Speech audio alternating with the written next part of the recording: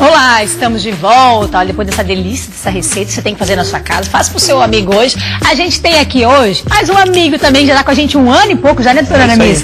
Bom dia, seja bem-vindo novamente. Bom dia, obrigado. Obrigada, e a gente ganha mais um amigo, que é a Nádia, que veio junto, doutora Aramis. Nádia, bom dia. Bom dia. Seja bem-vinda ao nosso programa. Obrigada. Olha, o nosso assunto hoje é sobre AVC hemorrágico. A Nádia já passou por isso, né, doutora Aramis? Isso mesmo. Já viveu uma fase complicadíssima da vida dela e nós vamos contar um pouquinho da história dela e enquanto isso a doutora Aramis vai explicando o que aconteceu. O que é primeiro o AVC hemorrágico? Nós já conversamos outras vezes, mas é legal a gente lembrar para o pessoal de casa. Na verdade, o AVC hemorrágico se chama acidente vascular cerebral hemorrágico, porque ele tem o isquêmico, né, que é aquele derrame isquêmico, e o derrame propriamente dito seria o hemorrágico. Entendeu? Então é o AVC hemorrágico. Quando fala AVC e derrame, então, derrame porque derrama sangue da hemorragia? Isso. Derrame é o nome popular, né? Eles usam tanto para isquêmico quanto para hemorrágico. Entendi. Isquêmico é por entupimento, hemorrágico é por extravasamento de sangue. Geralmente uma artéria no cérebro que se rompe. As causas são várias, desde uma hipertensão arterial severa, né? Um pico hipertensivo, a pessoa fica nervosa, alguma coisa assim, sobe a pressão, ou se ele ingere muita quantidade de sal, né, também sobe a pressão, ou se ele tem algum problema em outros órgãos, né? Por exemplo, o rim, a insuficiência renal. A insuficiência renal é uma das causas bem comuns de AVC hemorrágico, porque além de subir a pressão, ele altera a coagulação do sangue, propiciando a discrasia sanguínea, propiciando alterações sanguíneas que levam a hemorragias. Então são várias causas do AVC hemorrágico, né? O que aconteceu com a Nádia, doutora Aramis? Então, a Nádia foi um caso, ela já tem uma história pregressa, apesar de ela ser jovem, ela era uma pessoa jovem, sempre praticando esportes, tendo uma vida normal, mãe de 2 filhos e tal, marido, casa, tudo certinho. Ela é uma empresária. Então, ela tinha hipertensão arterial prévia.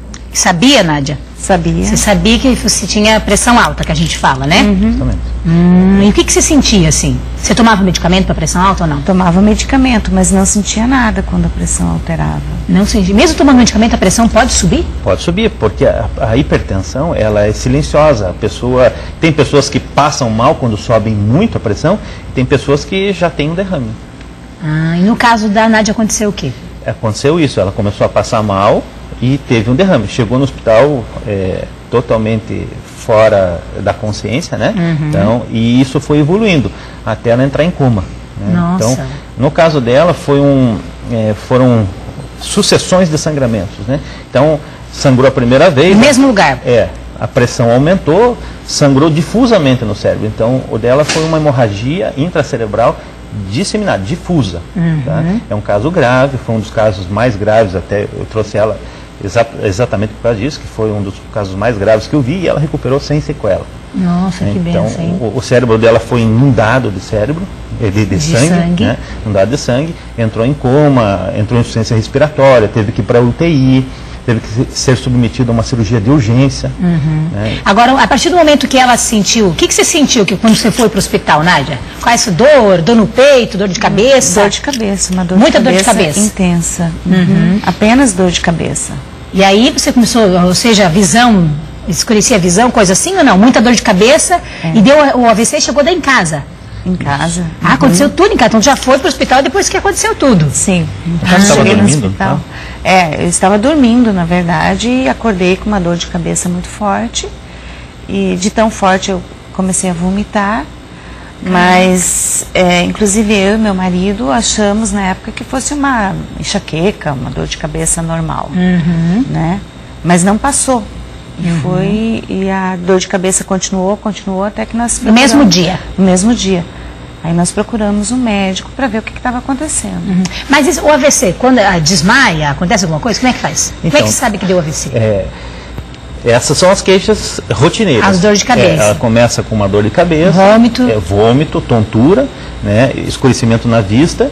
E alguns pacientes referem uma sensação de água gelada na cabeça, assim, um choque. Então é meio diversificado. Tá. Mas isso são os sintomas iniciais. A partir daí vem os sintomas característicos, que são o quê? Que já diferem de enxaqueca, diferem de outros mal-estares, né? Que seria a perda da consciência. Então ela vai perdendo, vai entrando em sonolência, né?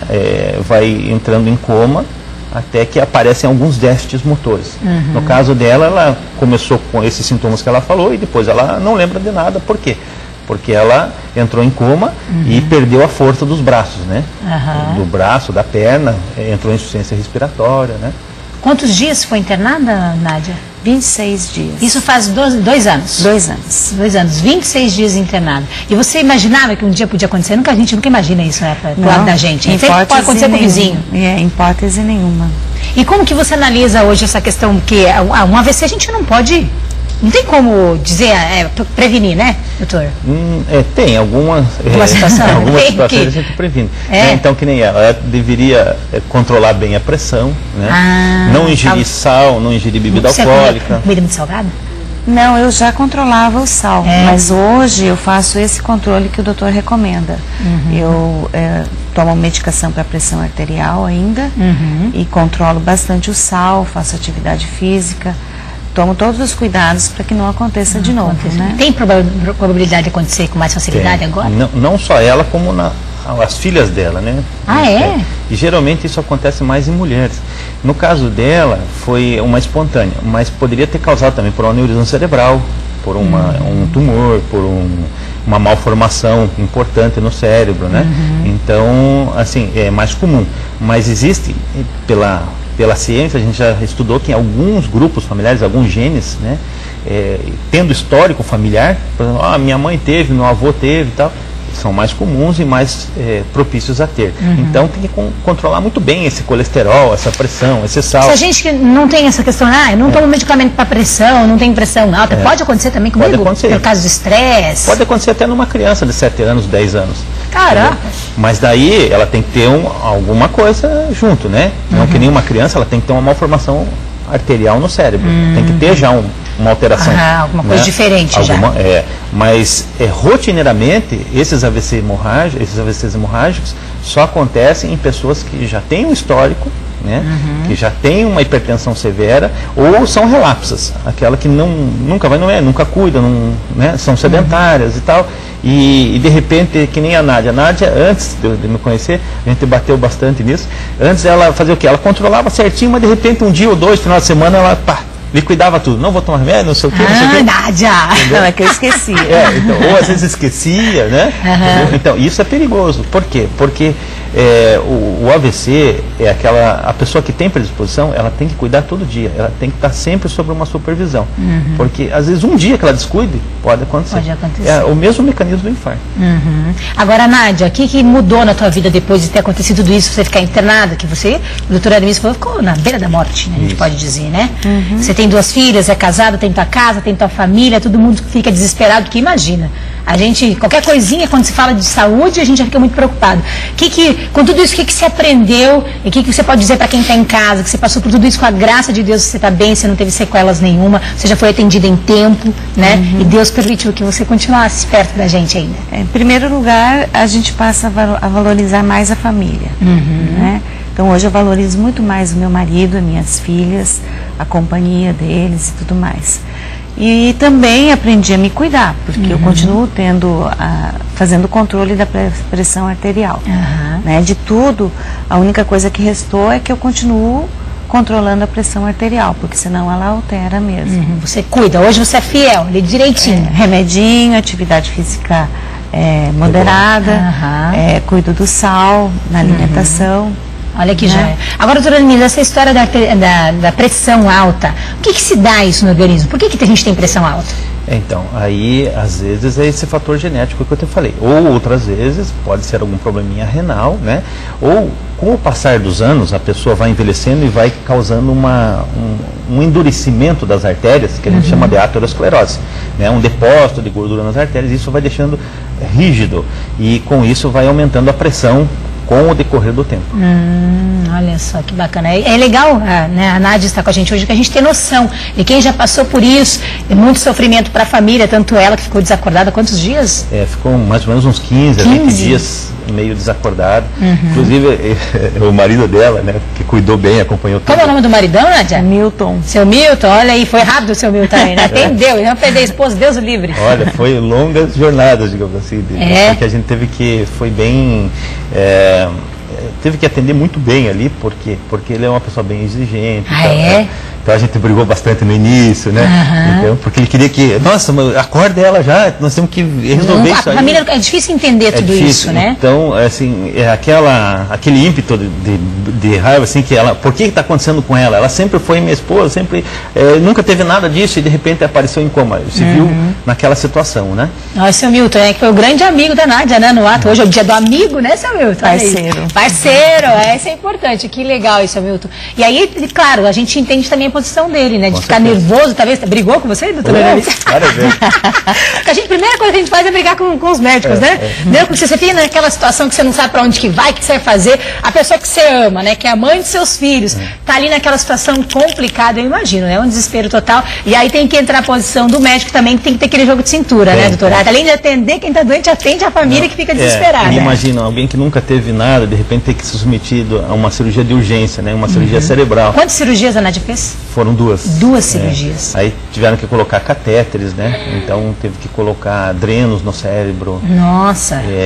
Monitores, que a gente chama monitor para pressão intracraniana, são microchips que a gente põe lá dentro do cérebro para ver a pressão intracerebral, se eu posso acordar ela, se eu não posso. Nossa, você nasceu de novo então? Nasci. Que bênção, olha que joia. Ou seja, tudo isso conta também na agilidade do atendimento, né? A hora da Nádia, do maridão decidir lá ir para o médico. Justamente. E também, além de tudo isso, ela correu um risco extra. Por quê? Porque quando você tem essa hemorragia intracerebral, por mais que você drene esse sangue, por mais que você tenha aqueles monitores todos no cérebro dela, existe um fator que a gente não depende do médico e não depende de ninguém. Se chama vasoespasmo. O vasoespasmo, o que é? É uma reação do organismo a fechar os vasos sanguíneos desde que ele se confronte com alguma hemorragia. Por exemplo, você sangra, né? Qualquer corte, você faz o corte, a tendência do organismo o que é? Estancar, certo? Então, se você estancar um corte na perna, maravilha, certo? Parou de sangrar. Agora, se você fechar um vaso e tentar estancar uma hemorragia intracerebral, o que vai acontecer? Os teus nutrientes das células nervosas não vão chegar, porque o teu vaso vai fechar. Então, esse espasmo vai fechar o vaso que nutre também. Meu pai. Então, assim, por mais que a hemorragia esteja controlada, o próprio organismo trabalha fechando os vasos. Aí de um AVC hemorrágico ela ia ter uma isquemia cerebral.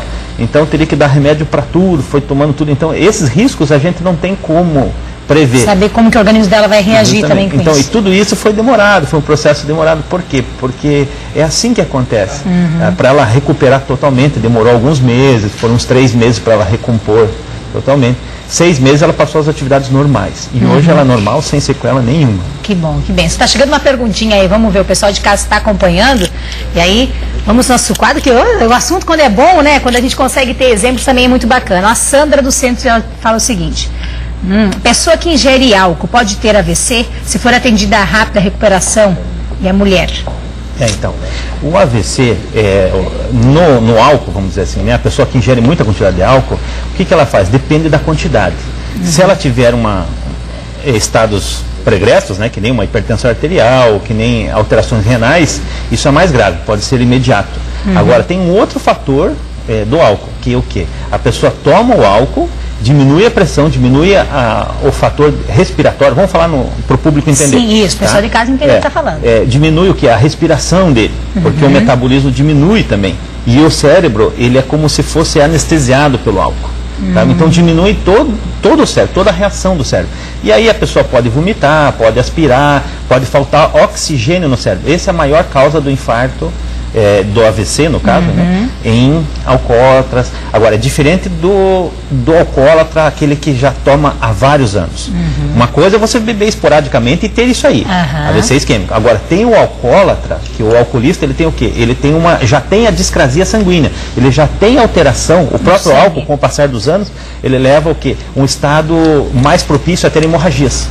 Entendeu? É o que a gente chama de discrasia sanguínea. Ele diminui a plaqueta e qualquer batidinha na cabeça de um alcoólatra pode gerar uma hemorragia intracerebral. Joia, olha só. Sandra, obrigada pela pergunta, obrigada por você participar. A gente quer agradecer a Nádia, desejar para você muita saúde, né? Que Deus abençoe bastante você e sua família, seu esposo, as filhas. Deus abençoe bastante. Nossa, nasceu de novo. Isso é muito legal. Joia. Doutora Aramis, obrigada também pela presença. Na próxima semana a gente traz mais assuntos sobre saúde. Hoje, olha, bombou. O pessoal de casa fica tudo... Porque é assunto, ou seja, a gente sabe o que acontece, mas dificilmente a pessoa quer aparecer, quer contar que passou por tudo isso, né, Nádia? Então a gente agradece muito sua presença aqui hoje. Obrigada. Obrigada a você. Quer mandar beijo pro maridão e pra filha? Aproveita. Se eles estiverem em casa assistindo e você não mandou, eles vão brigar com você. Beijo sempre pra eles. Joia, obrigada. Agora o caminhão premiado da